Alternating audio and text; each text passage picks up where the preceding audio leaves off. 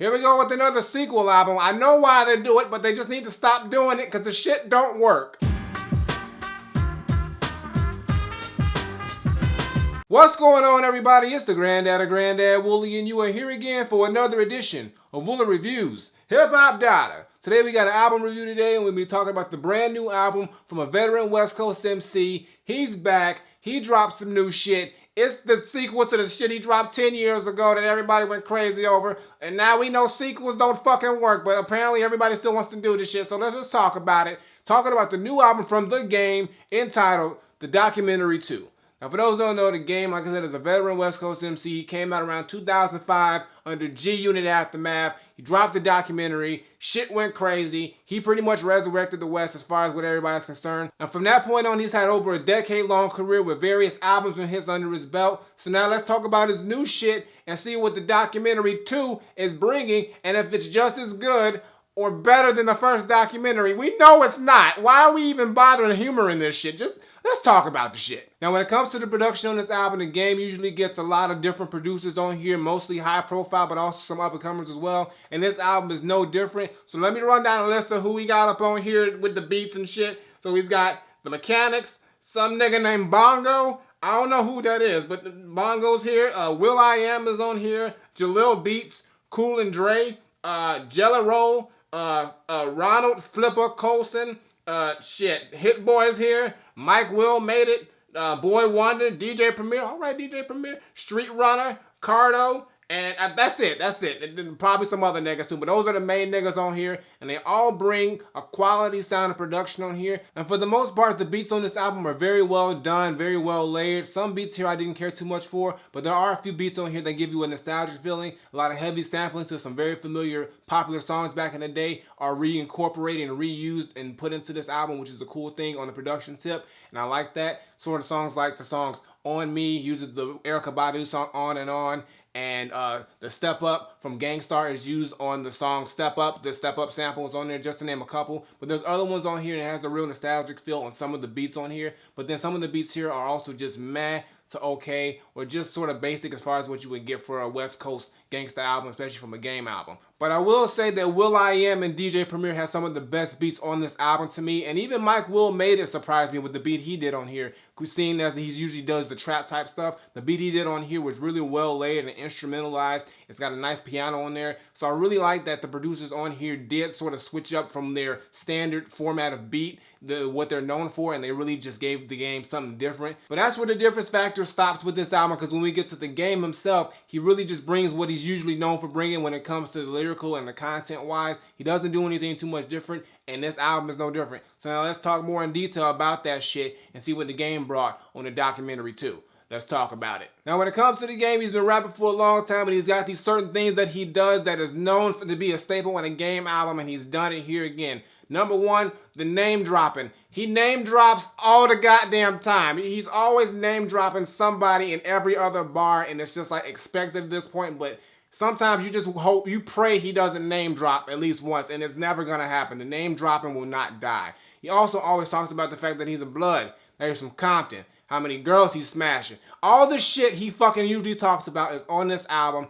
and it's on every fucking song. It's pretty much what you get, and that's the thing about this album that really draws back. It's just nothing interesting that I'm hearing from The Game. It's the same shit that I've always heard, and it's just like you hope that something of a variation does happen. And sometimes small bits of it does occur, but it isn't enough to really redeem the fact that all he does is talk about the same shit. And it's 19 songs on this album. This is a long fucking album. It's like an hour and 15 minutes long. And that's all you fucking just hear going through this entire album is the same shit. And there are a few tracks on the album that does give us that saving grace moment where he talks about a lot of different things other than what he's known for. And in the beginning of the album, it starts off strong as well as on the end of the album, but the middle section is where I really just couldn't care too much for because it just seems like a lot of filler and just tracks that are redundant to the point of that you just don't need to hear the shit. But I will say that The Game is bringing a new level of energy and aggression to these tracks and his bars, even though they are the same thing. It's good to see that he's actually putting an effort to try to, put them out at the highest intensity that he can. But overall, it's just the same thing that we're hearing, and overall, I just didn't really get too interested and drawn into it other than a couple tracks. There's a feature list on here that's very, very lengthy. He's got a lot of features on here, and some of them are hit and miss for me. Some do well, some I couldn't care for, but let's just run down the list. He's got Kendrick Lamar's here, Dez Loaf and Shasha's here, Ice Cube, Dr. Dre, will.i.am, Puff Daddy, or P. Diddy. I guess he's Puff Daddy now again. I don't know, change his name every goddamn week. Absol's here, Marcus Black, Jelly Roll, Q-Tips here, Eric Bellinger, Future, Kanye, Kanye West, Drake's here, Snoop Dogg, and Fergie is here. That's a lot of motherfucking features on this album. And for the most part, like I said, some are hit and miss. There are some good features on here from Kendrick, Absol. I like Snoop's on here. will.i.am also. But then there are some features like Kanye's feature on here, which I just did not like. I also didn't care too much for Future singing on here. I didn't like his hook. He felt out of place on the whole, just everything about this track. He just didn't seem like he fit. Also, I think they underutilized Q-Tip on his role on the album. And also, I didn't like Puff Daddy or P. Diddy. He just fucking talked shit on the whole fucking record. He really didn't seem like that. And also Dej Loaf, she was underutilized as well when she only had an outro on there when she should have had a verse or something like that. So I feel like some features on here were really used very well, and I feel like some were just underused or just not used properly, and it really shows. And then some of these songs in general didn't seem like they just didn't really get anything out of me. They didn't really accentuate the song. Some features actually pulled the song down, like songs like Hashtag, just like the Jelly Roll fucking Little John impersonation that he fucking did. I just didn't like that shit or whatever he was trying to do. But on the flip side, his hook on Summertime I really did like. So it just depends on like what feature they were on, but some were good, some were bad. But overall, it was like, you know, a toss-up 50-50 between the features. Now, you know I gotta give you my top 5 tracks, and it was a difficult choice for me to go through these tracks because, like I said, most of them I really didn't care for. I really didn't get too much for. But I did manage to pull out 5 that I really did get something out of in some way. So the first track is On Me, which is actually the first track on the album, and that starts off with Kendrick Lamar and The Game. And I really like the beat on here more than anything. I like the sample that they did with the Erykah Badu On and On flip. That was a really dope flip that they did. Shout out to Bongo on the beat for that one. That was pretty dope. And also I really like Kendrick's verse on here. Kendrick always kills no matter what he does, but also The Game sort of ramps up his lyrical ability, but he's still talking about the same shit, so it really isn't anything that's spectacular or anything that's great. But it's just the fact, for the setting off the tone of the album, it's a decent way to set off the tone of the album, especially through the production tip. So that's one you should check out. The next song on my top 5 is Summertime, and I really like this song based off the production as well. I really was impressed with how Mike Will made it. He made this beat. I was just shocked that Mike Will made a beat like this, and it was really fucking dope. And I also like the fact that it's just a real laid back, you know, head nodding vibe type track. And Game's just saying he's thinking he's gonna just gang bang the whole summertime. He's pretty much talking about street life and just, you know, being a gang banger and just, you know, living, you know, as a blood and everything that goes along with that, being in Compton. It's a real laid back chill track, but it's got this real dark piano on it that really just has a real soft but very menacing tone to it. And I really liked it. And this is one of the tracks that when I first heard it, it automatically grabbed me. Finally, something after the whole fucking first 13 tracks, something super grabbed me. And I really had to go back and listen to it again because it was one of them tracks that really did stand out. The next song is The Documentary 2, which I guess you would consider the title track. And this one is produced by DJ Premier. And again, it's the production on the track that really catches me. Primo's beat on here is fucking sick. The cuts he's got on here, the vibe, everything, the energy, it's just a dope fucking record. And The Game is just, you know, matching that intensity and energy with it, but it's the same stuff again. It's like The Game's not really giving me anything more than what I would expect from him. So there was not really anything on his end that I was overly impressed with. But as far as presentation wise and beat wise, this beat really stuck out and this track really stuck out for the most part. And Primo just killed it on this beat. I got to give it up to Primo because this fucking track was a banger.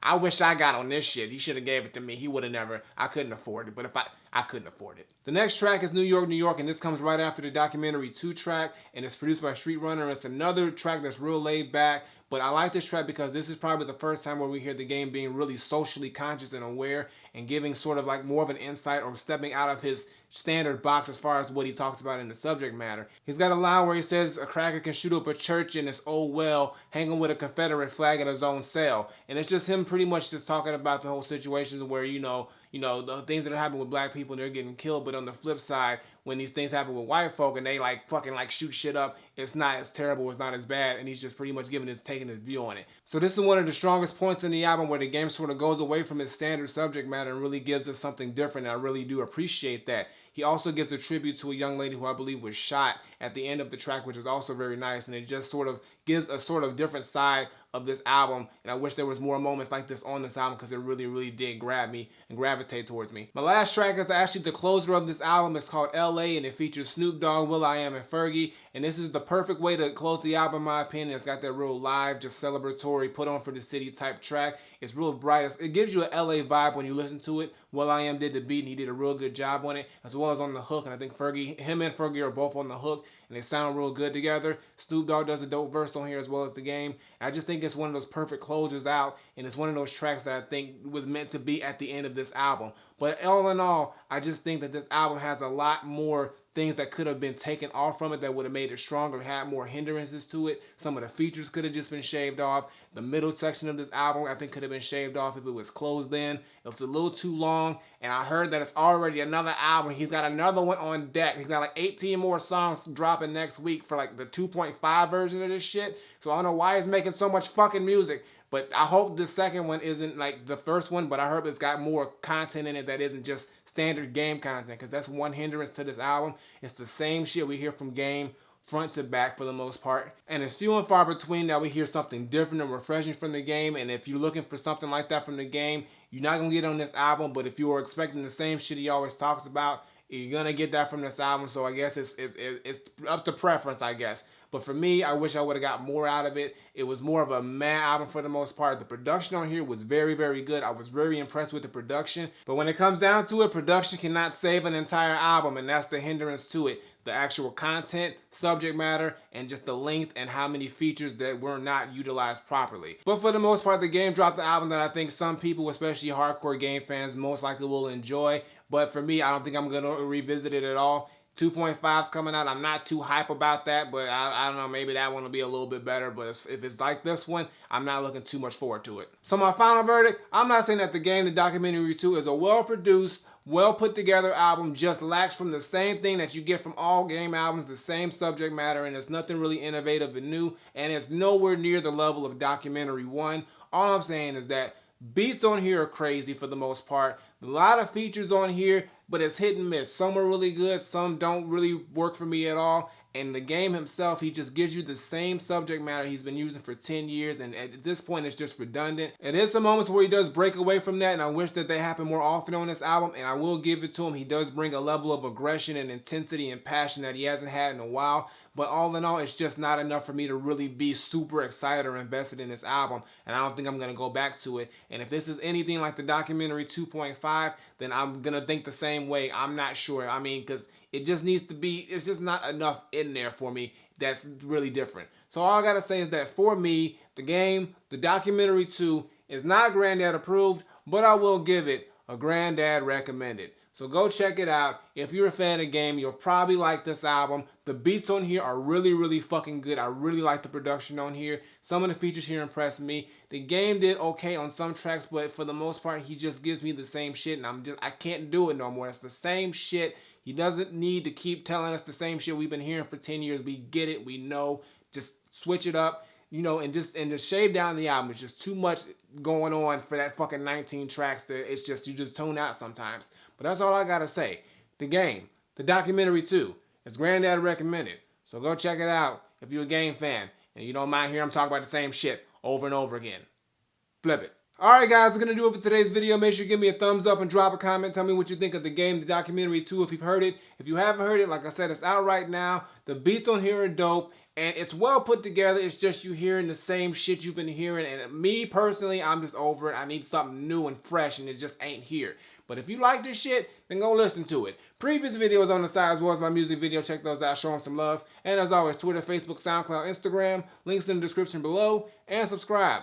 Button on the screen. Button below. Woolly Reviews. Twice a week. Gaming channel. Check that out. And I got nothing more to say. So until next time I take my leave, Granddaughter, the Game, the documentary 2. I told you sequel albums don't work. We need to stop this shit right now before it's getting out of hand. It really is. We need to just cut it. I'm out of here.